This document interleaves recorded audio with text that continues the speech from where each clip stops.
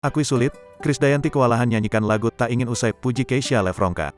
Penyanyi muda Keisha Lefronka kerap menuai kritikan warganet di media sosial. Gara-garanya adalah Keisha dianggap tidak mampu menyanyikan lagunya sendiri berjudul Tak Ingin Usai. Dalam beberapa kesempatan, penyanyi jebolan Indonesian Idol itu tampak kesulitan untuk mencapai nada tinggi di salah satu part lagu. Lagu tersebut sepertinya memang tak mudah untuk dibawakan. Hal ini diakui oleh diva Indonesia, Krisdayanti. Istri Raul Lemos itu mengakui jika lagu milik Keisha Lefronka berjudul Tak Ingin Usai cukup sulit dinyanyikan. Hal ini lantaran dibuktikan sendiri oleh Krisdayanti saat dirinya karaoke bersama rekannya membawakan lagu Keisha Lefronka tersebut. Krisdayanti bahkan sedikit ragu saat menyanyikan bagian lagu dengan nada yang cukup tinggi. Terdengar Ibunda Aurel Hermansyah semula menyanyikan lagu Keisha dengan cukup tenang hingga pada bagian lirik, Menanti Kau Tuk Kembali.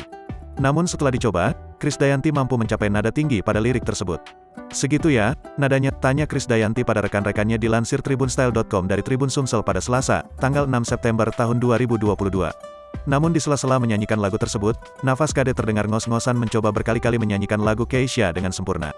Kade pun mengakui jika lagu jebolan Indonesian Idol tersebut memang sedikit susah.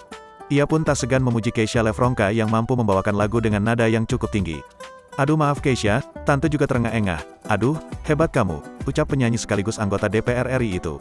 Sejumlah rekan di sekitar Kade bersorak-sorai menunjukkan kekagumannya pada suara Kade yang tetap prima meski usianya nyaris menginjak kepala 5.